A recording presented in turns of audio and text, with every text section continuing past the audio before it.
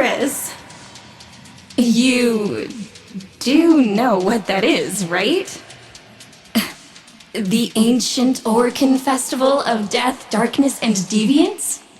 The happiest time of the entire year! I've dug out all the old family decorations. Take a look. One of them even tells a story.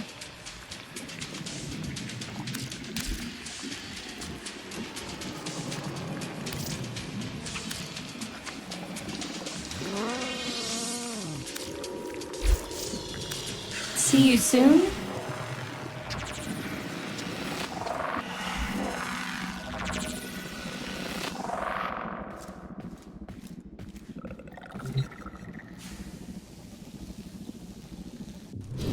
Would you like to hear a story for naberus? One that I told my grandchildren when they were small. Very well. Long ago, in the Orcan days, a golden people lived in spoiled luxury. If a body wore out, why, they would take a new one as easily as plucking a maprico. Such was the mystery of the Kuva. So, what became of death and disease?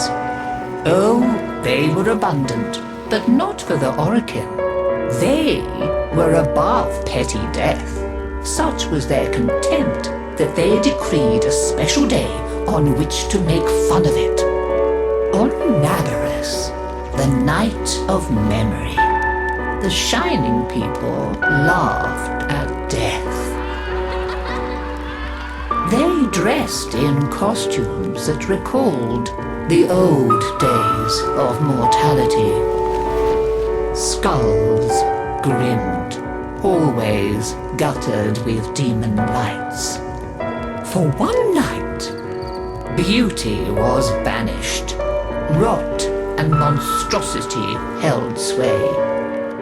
Now, on one very special naberus, 3 pretty Orcan were bored, as Orcan so often were. Naberus no longer holds its magic for me, sighed one. Masks and costumes are for children, grumbled another. Why follow the crowd, mused the third. Are we not the very elite of the elite? Ha ha! Up, my Kissingtons, my luscious loves. Send for blue kuva and hot lights. I have a sport that will mend all. And in the corridor, behind a curtain, a solitary silent girl heard them and said nothing. Then the 3 were very wicked. For what do you think they did? Down into the streets they went, and they caught 3 poor ostrons and bore them back to their gilded halls. One they peeled like a fruit and decked out with glassy splinters, and his naked jaws went chitter-chatter-snap. And it echoed all around. Scarlet footprints he left.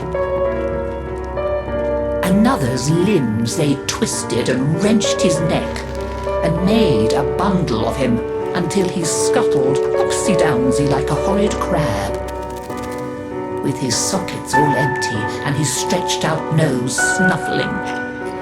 The third they pulled thin in hand and foot.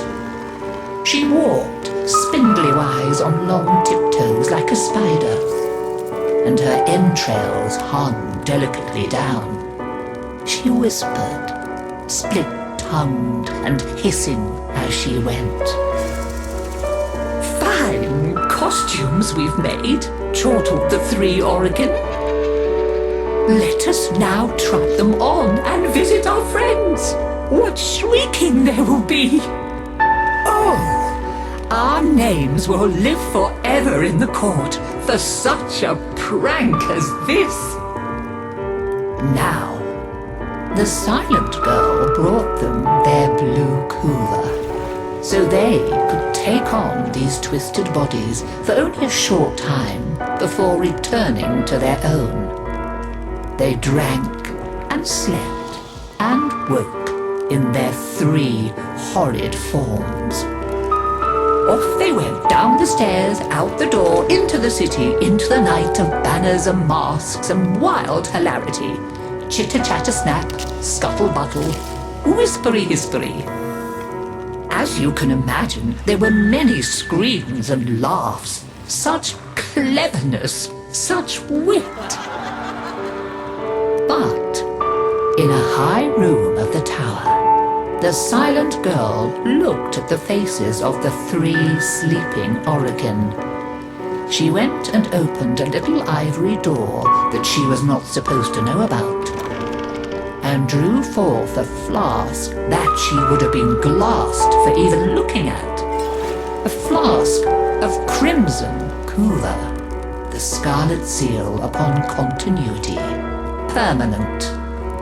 And she tipped it down 3 cruel throats. With a little laugh, she went skating away, never to return. There were many screams that naberus night, but when the sun came up, none screamed so loud as the 3 who found that they were trapped in the hideous bodies they themselves had fashioned forever and ever.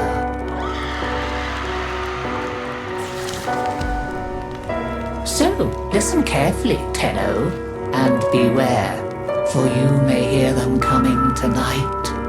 Whispery-hispery on long stalking bones, scuttle-buttle with his eyes all empty, and skinless, dripping-handed, chitter-chatter-snap.